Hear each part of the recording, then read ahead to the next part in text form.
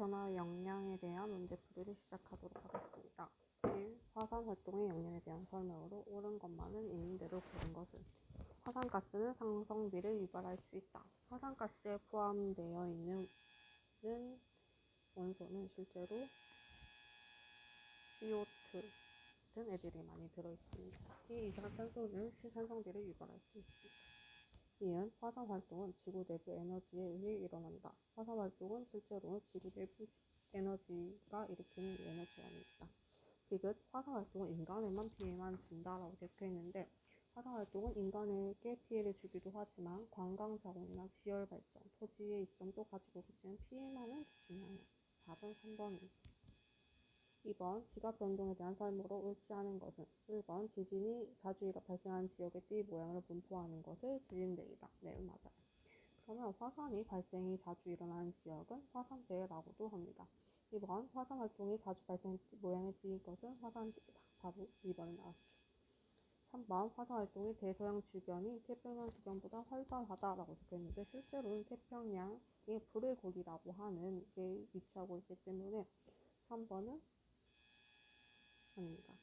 4번 지진대와 화산대는 그때 그림을 보여준 것처럼 지진대와 화산은 거의 일치합니다. 5번 지진대는 대륙과 해양 경계 부분에 분포한다. 네, 대부분은 대륙과 해양 경계에 분포를 합니다. 답은 3번입니다. 3번 판의 구조에 대한 설명으로 옳은 것만은 보기에 있는 대로 고른 것은 멘틀은 판에 포함되지 않는다.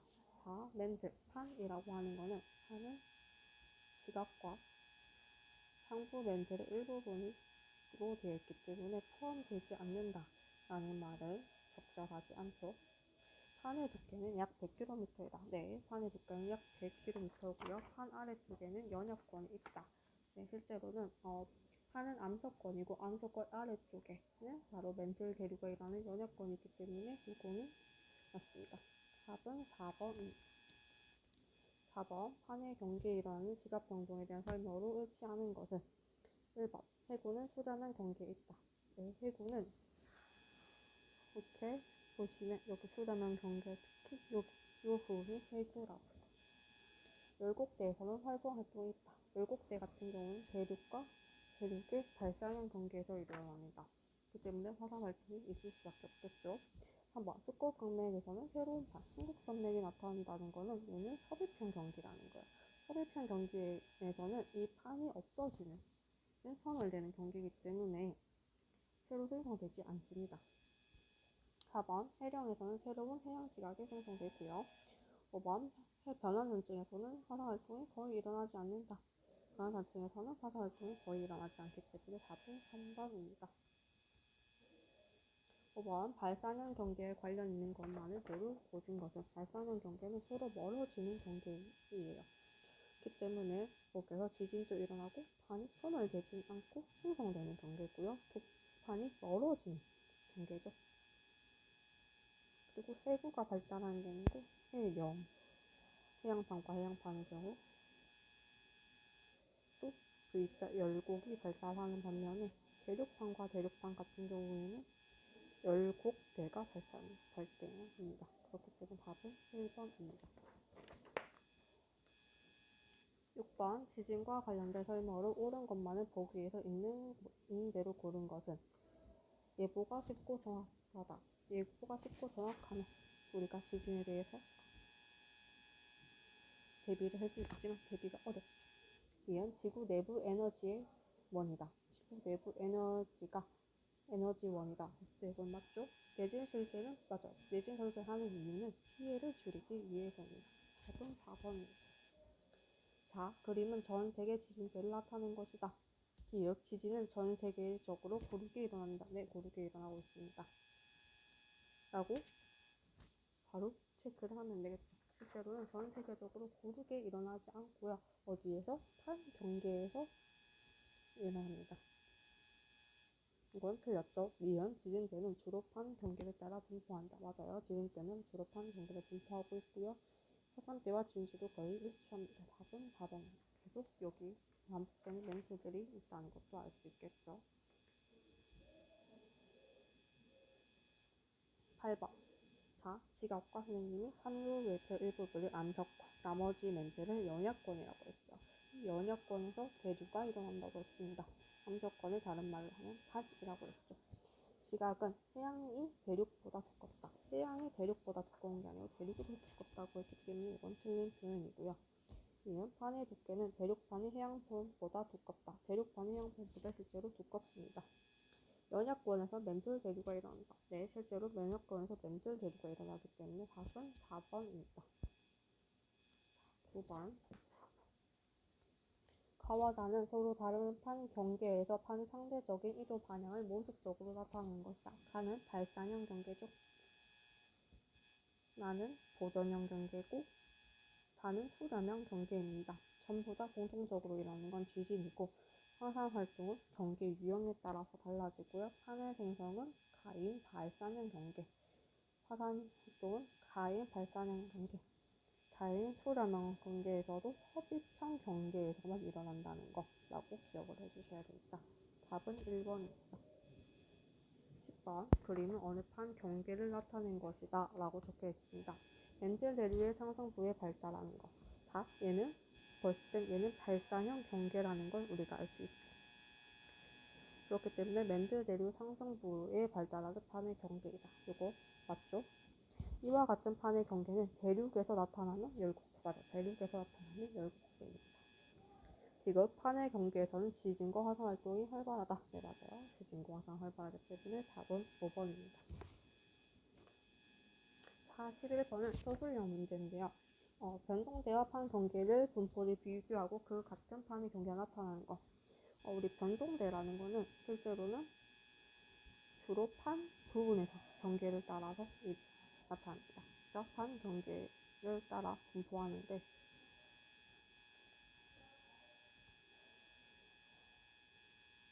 지진이나 화산 활동은 주로 어디서 판 경계에서 나타나기 때문에 이렇게 나타납니다. 발생하기 때문이다.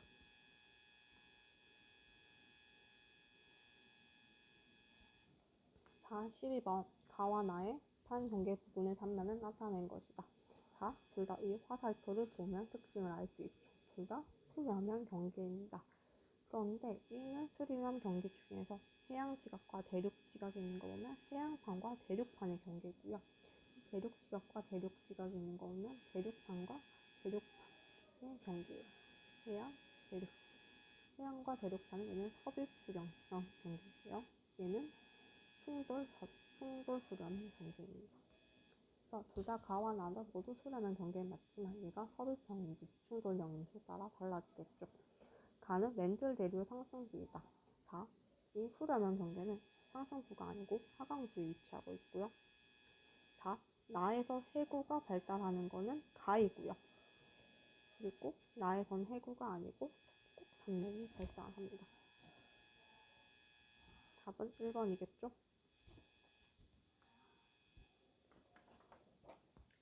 자, 13번의 그림은 판 경계 모식도를 나타낸 것이다. 우리 A는 발산형 경계고 얘는 이쪽 B는 보전형 경계고 C는 수렴형 경계입니다. 자, A에는 해령이 발달되어 있다. A는 발산형 경계고 해양판과 해양판이기 때문에 이거 맞고요. B는 이웃한 불판이 어긋나 있는 보전형 경계입니다. A, B, C는 모두 지진이 발생하기 때문에 이거고요. 답은 5번입니다. 14번은 판의 경계에 대해서 나타난 것이다. 여기도 화살표를 보면 얘가 어떤 판인지 외우지 않고도 풀 수 있는 문항이죠. A판은 서로 멀어지는 걸 보아 A는 발산형 경계 위에 있다고 볼 수 있고 D는 이 서로 발산하는 경계 사이 해령과 해령 사이는 선생님이 보전형 경계라 했죠. D는 보전형 경계. B는 나스카판 바다 위에 있죠. 바다 위에 있는 거 보면은 해양판 위라고 생각해 주시면 되고요. 얘는 대륙판 위라고 생각해 주시면 돼요. 해양판과 대륙판의 경계이기 때문에 얘는 수렴형 경계. 수렴형 경계의 이 표시는 해구를 의미하겠죠. 자, 이렇게 분석해놓고 시작하면 됩니다. A와 D는 지진이 발생한다. A는 발산형 경계, D는 보존형 경계, 둘 다 지진이 발생을 할 수 있습니다. B와 C는 수렴형 경계이기 때문에 서로 가까워질 수 있죠. C는 자, 이렇게 수렴을 했을 때, 자, 섭입을 합니다. 섭입을 했을 때 여기가 섭입되겠죠. 여기 위에 이렇게 올라오는 여기를 대륙판이죠. 대륙판이 이렇게 올라오는 곳이 습곡 산맥이죠. 그렇기 때문에 C에는 습곡 산맥이 발달한다. 요거 맞고요. 답은 5번입니다. 자, 15번에 판과 판의 경계를 나타낸 것이다 라고 했을 때 여기는 멀어지고, 자, 우리 여기 보면 여기가 해령이라고 적혀있어요. 해령이고 얘는 발산형 경계죠. 발산형 경계에서 새로운 지각이 만들어진다 했기 때문에 여기 해령이라 갈수록 새롭고요. 해령이라 멀어질수록 나이가 많을 거예요. 그래서 A가 B보다 많다가 아니고 적다겠죠. 자, 보존형 경계. 자, 보존형 경계에 위치한 지점은 C이다. 보존형 경계는 해령과 해령, 여기가 해령과 해령 사이에 있는 경계이다. C는 맞죠?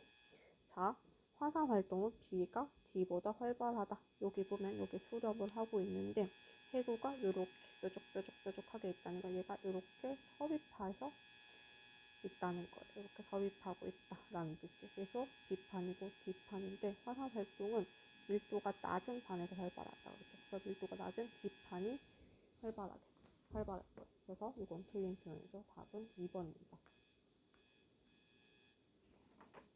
자, 그림 가와나는 서로 다른 유형의 판이 수렴형 경계를 나타낸 것이다. 화산 활동은 가보다 나에서 활발하다.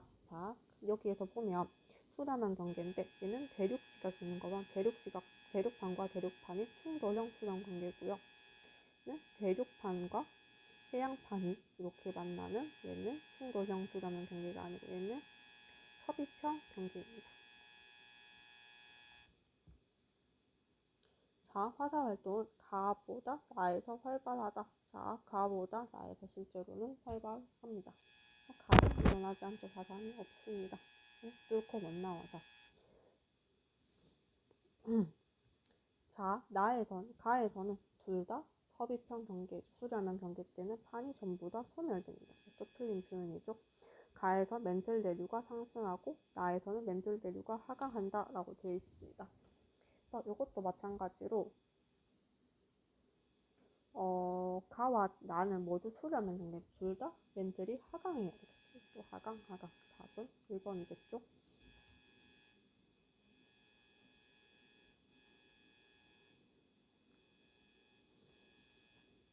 자, 17번. 또 어떻게 푸는 문제? 화살표만 보면 됩니다. 얘는 발사형 경계, 얘는 수렴형 경계, 얘는 보존형 경계, 얘도 수렴형 경계. 자, A는 대륙판과 대륙판이기 때문에 나타나는 지역 열곡대. B는 여기도 마찬가지로 얘 같은 경우에는 습곡 산맥. 보존형이니까 변환 단층. B 같은 경우에도 습곡 산맥과 얘는 또 해구도 나타날 수도 있겠죠. 자, 오랜 시간 지난 후 A에는 바다가 생성될 것이다. 발산형 경계, 이렇게 땅과 땅이 갈라져 멀어지면 언젠가는 바다가 생성될 수밖에 없겠죠. 자, B와 D는 모두 수렴형 경계이죠. 이것도 맞죠? 자, C는 보존형 경계에서 화산 활동이 활발하지 않습니다. 답은 3번입니다. 자, 18번의 그림은 북아메리카 서쪽 지역에서 판의 경계와 상대적인 운동을 나타낸 것이다 라고 했습니다. A의 하부에는 멘틀 대류가 하강한다 라고 적혀 있습니다. A는 얘는 해령이라고 되어 있어요. 해령인 것 보면 얘는 발산형 경계, B는 전환 단층일 때 보존형 경계, C는 해구가 있는 것 보면 수렴형 경계를 의미합니다. A 해부에는 멘틀 대류가 하강한다 했는데 발산형 경계는 상승분이기 때문에 상승한다가 되겠죠. 자, A와 C에는 지진이 자주 발생한다. 발산과 수렴이 있기 때문에 지진이 자주 발생을 하고요. B는 발산형 경계가 아니고 보전형 경계입니다. 답은 2번이 되겠죠. 자, 19번에 동아프리카 열국대 선생님이 수업 시간에 보여줬던 걸로 기억을 합니다. 그래서 이것도 풀어보면 동아프리카 열국대 같은 경우에는 열국대라는 거는 얘는 발산형 경계에서 나타나는 거죠. 발산형 경계다. 발산형 경계는 맨델레르에 하강하는 지역에 있다라고 적혀있는데 열국대가 있는 거 보면 맨델레르 하강이 아니고 상승부에 위치해요. 화산 활동도 활발하고요. 실제로 새로운 발이 생성도 됩니다.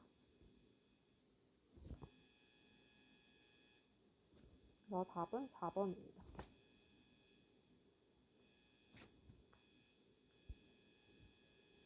자, 20번에 가와 나는 각각 안데스 산맥과 히말라야 산맥 부근에 분포하는 반의 경계와 상대적 이동 방향을 나타낸 것이다 라고 적혀 있습니다.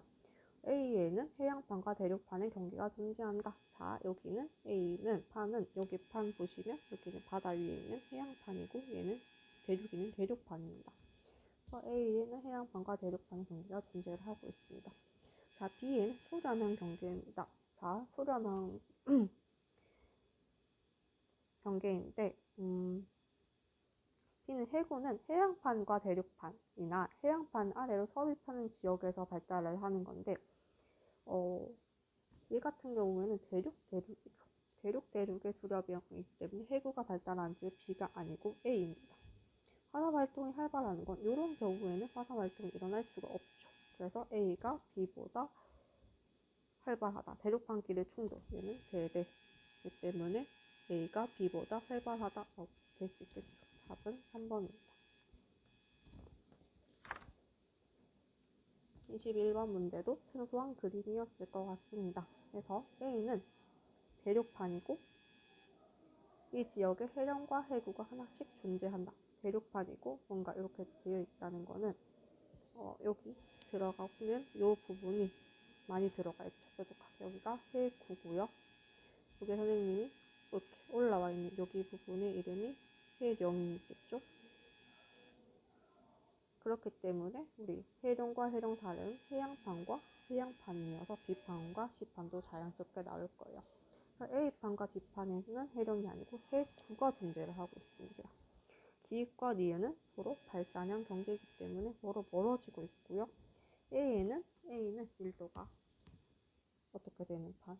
여기 이렇게 밀도가 작은 판이기 때문에 쑥국 산맥이 만들어질 수 있겠죠. 답은 4번입니다. 자, 이제 마지막 문제. 자, 백두산의 위치. 백두산이 어떻게 되냐. 항공기 결항. 선생님이 영상으로 보여줬다. 항공기 결항할 수 있고 화산재에 의해서 기온, 햇빛을 차단하면 화산재로 햇빛 차단하면 어떻게 된다 했어요. 기온이 내려간다고 했죠. 도로에 화산재가 쌓이면 교통 혼란에도 일찍 올 수 있습니다. 화산재 피해는 이렇게 나오면 어디가? 당연히 서울이 더 많이 받겠죠. 그렇기 때문에 이번 정답은 4번입니다. 그래서 이제 문제풀이를 마치겠습니다.